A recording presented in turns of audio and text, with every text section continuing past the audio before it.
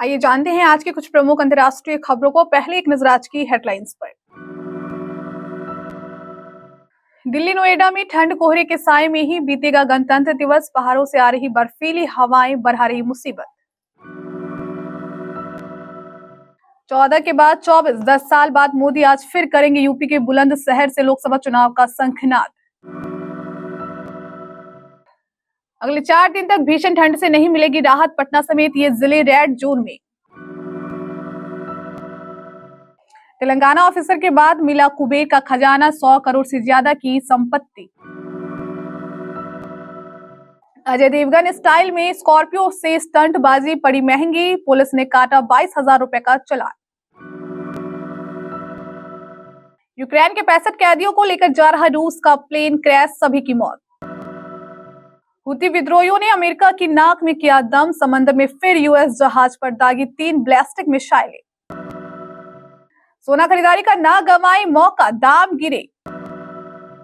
Big boss 17 से बाहर होते ही पार्टी करते दिखे विकी जैन, आयशा खान और सना खान पर टिकी फैंस की नजरें।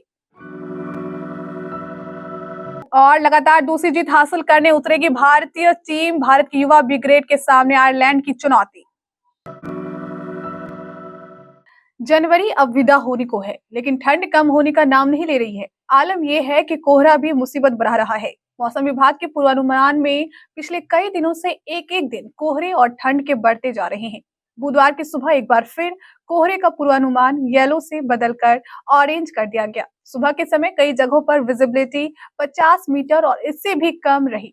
आज भी सुबह से राजधानी दिल्ली के कई इलाकों में घना कोहरा छाया हुआ है। विजिबिलिटी काफी कम है। कोहरे की वजह से कई ट्रेनें और फ्लाइट्स भी प्रभावित हैं। मौसम विभाग के अनुसार बुधवार सुबह 9:30 बजे तक मध्यम से घना कोहरा रहा। इस दौरान सफदरजंग की विजिबिलिटी 200 मीटर और आईजीआई की 250 मीटर तक रही। राम मंदिर उद्घाटन के बाद बीजेपी ने लोकसभा चुनाव की तैयारियां और तेज कर दी है। बीजेपी का टारगेट इस बार 400 पार का है और इस लक्ष्य को पाने के लिए पीएम मोदी के चेहरे के साथ पार्टी आगे बढ़ रही है। बीजेपी के राष्ट्रीय अध्यक्ष से लेकर एक आम कार्यकर्ता तक चुनावों की तैयारी में जुटा है और पार्टी पीएम मोदी को इस चुनाव के लिए भी गेम चेंजर मान रही है। पीएम मोदी भी लोकसभा चुनाव को लेकर पूरी तैयारी में जुट गए हैं। पीएम मोदी आज यूपी के बुलंदशहर से चुनावी शंखनाद करने जा रहे हैं। इससे पहले 2014 में भी नरेंद्र मोदी ने बुलंदशहर से ही लोकसभा चुनावी बिगुल फूंका था। बीजेपी ने 2014 के लोकसभा चुनाव में बम्पर वोटों से शानदार जीत हासिल की थी। बीजेपी को यूपी में रिकॉर्ड सीटें मिली और पार्टी 2024 में उस रिकॉर्ड को भी तोड़ना चाहती है। पटना समेत कई जिलों में शीत दिवस की स्थिति है। आने वाले 4 दिनों तक बिहार में ठंड से कोई राहत नहीं मिलने जा रही है। मौसम विभाग ने आने वाले 4 दिनों तक लोगों के लिए अलर्ट जारी किया है। ठंड और घने कोहरे का असर रेल सेवा से लेकर विमान सेवा सहित परिवहन के सभी सेवाओं को ये पूरी तरह प्रभावित कर रहा है। 12 जनवरी से कमोबेश शुरू हुए कड़ाके की ठंड लगातार बिहार के लगभग सभी जिलों में जारी है और मौसम विभाग ने आने वाले 5 दिनों तक ठंड से किसी तरह की राहत नहीं मिलने की उम्मीद जताई है। पटना, गया, दरभंगा, शेखपुरा, जमुई, समस्तीपुर, नवादा, बक्सर और सिवन में अत्यधिक ठंड की स्थिति के कारण रेड जोन में रखा गया है। मौसम विभाग के अनुसार निचले क्षोभ मंडल में बर्फीली पश्चिमी एवं उत्तर पश्चिमी हवा का प्रभाव पिछले 12 जनवरी से जारी है। तेलंगाना के भ्रष्टाचार निरोधक ब्यूरो ने एक सरकारी अधिकारी से लगभग 100 करोड़ रुपए की संपत्ति बरामद की है। एसीबी के अधिकारियों ने बुधवार को तेलंगाना राज्य रियल एस्टेट नियामक प्राधिकरण के सचिव और मेट्रो रेल में योजना अधिकारी एस बालकृष्ण के परिसरों पर एक साथ छापेमारी की। उन्होंने पहले हैदराबाद मेट्रोपोलियन डेवलपमेंट अथॉरिटी में टाउन प्लानिंग के निर्देशक के रूप में काम किया था। भ्रष्टाचार निरोधक संस्था की 14 टीमों की तलाशी दिन भर जारी रही और गुरुवार को फिर से शुरू होने की संभावना है। तलाशी बुधवार सुबह 5 बजे से शुरू हुई और 20 स्थानों पर कार्रवाई की गई। गुरुवार को भी यह कार्रवाई जारी रह सकती है। एसीबी की टीमों ने एचएमडीए और रेरा के कार्यालयों की तलाशी ली, जबकि बालकृष्ण के घर और जांच से जुड़े अन्य प्रमुख स्थानों पर छापे मारे गए। फिल्मी स्टाइल में 2 स्कॉर्पियो के बोनट पर खड़े होकर रील बनाने के मामले में कानपुर पुलिस ने एक्शन लिया है। पुलिस ने दोनों गाड़ियों का 22,500 रुपए का चालान काटा है। साथ ही कहा है कि अगर चालान नहीं भरा गया तो गाड़ियों को कुर्क किया जाएगा। जिन 2 गाड़ियों का चालान कटा है, उन पर पहले से कई चालान पेंडिंग है। अभी तक जुर्माना राशि जमा नहीं की गई है।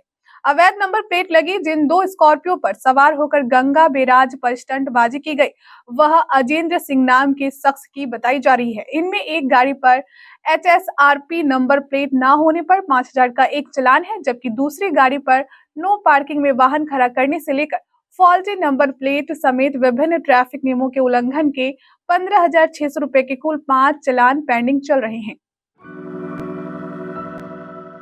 रूस की सरकारी न्यूज एजेंसी RIA ने रक्षा मंत्रालय के हवाले से बताया कि यूक्रेन के इन युद्ध बंदियों को कैदियों की अदला बदली समझौते के तहत यूक्रेन ले जाया जा रहा था। दुर्घटना के समय प्लेन में युद्ध बंदियों के अलावा चालक दल के 6 सदस्य और 3 अन्य लोग भी सवार थे। रूस का प्लेन इल्यून Tu-76 मिलिट्री प्लेन यूक्रेन की सीमा से सटे इलाके बेलगोरोद में क्रैश हुआ है। इस प्लेन में यूक्रेन के 65 युद्ध बंदियों को ले जाया जा रहा था। प्लेन में सवार सभी लोगों की मौत हो गई है। रूस के गवर्नर ने पुष्टि करते हुए कहा कि यूक्रेन के पास क्रैश प्लेन में सवार सभी लोगों की मौत हो गई है। अमेरिका भले ही कितने ही पलटवार क्यों ना कर ले, मगर ईरान समर्थित हुतू विद्रोहियों ने दुनिया के सबसे शक्तिशाली देश के नाक में दम कर दिया है। समंदर में लगातार अमेरिका के जहाजों को निशाना बनाने वाले हुती विद्रोहियों ने एक बार फिर से चोट दी है। हुती विद्रोहियों ने बुधवार को अदन की खाड़ी से गुजर रहे अमेरिकी जहाज मैसर्क टेड्राइट पर 3 बैलिस्टिक मिसाइलें दागी। यूएस सेंट्रल कमांड ने बताया कि 24 जनवरी को दोपहर 12 बजे हुती विद्रोहियों ने यमन के हुती नियंत्रण इलाकों से अमेरिकी कंटेनर जहाज MV मसर्क डेट्राइट की ओर 3 एंटी-शिप बैलिस्टिक मिसाइलें दागी। देश के सराफा बाजारों में अगर आप सोना चांदी खरीदारी का प्लान बना रहे हैं तो फिर टेंशन ना लें, जो किसी बढ़िया ऑफर से कम नहीं होगी। अगर आपने सोना खरीदने में देरी की तो फिर पछतावा करना होगा। शादियों की बेला में सोना अपने उच्चतम स्तर से काफी सस्ते में बिक रहा है, जो किसी सुनहरे ऑफर की तरह है। अगर आपने जल्द सोना नहीं खरीदा तो फिर पछतावा करना होगा, क्योंकि बार बार ऐसे ऑफर नहीं आते हैं। जानकारों के अनुसार आने वाले दिनों में गोल्ड के रेट काफी बढ़ सकते हैं, जिसकी खरीदारी कर पैसों की बचत कर सकते हैं। सराफा बाजारों में कारोबारी सप्ताह के चौथे दिन गुरुवार को 22 और 24 कैरेट वाला गोल्ड 62,590, 57,330 रुपए प्रति 10 ग्राम पर दर्ज किया गया है। बिग बॉस 17 के फिनाले में पहुंचने से पहले विक्की जैन शो से इविक्ट हो गए हैं, जिसके चलते लेटेस्ट एपिसोड काफी इमोशनल देखने को मिला, क्योंकि पति के इविक्शन के बाद अंकिता लोखंडे इमोशनल होती हुई नजर आई। वहीं घर वालों की आंखों में भी आंसू नजर आए। लेकिन बिग बॉस 17 से बाहर होने के बाद विक्की जैन उदास नहीं बल्कि पार्टी करते हुए नजर आ रहे हैं, जिसकी तस्वीरें सामने आई है। वहीं लोगों का कहना था कि वह इसी का इंतजार कर रहे थे।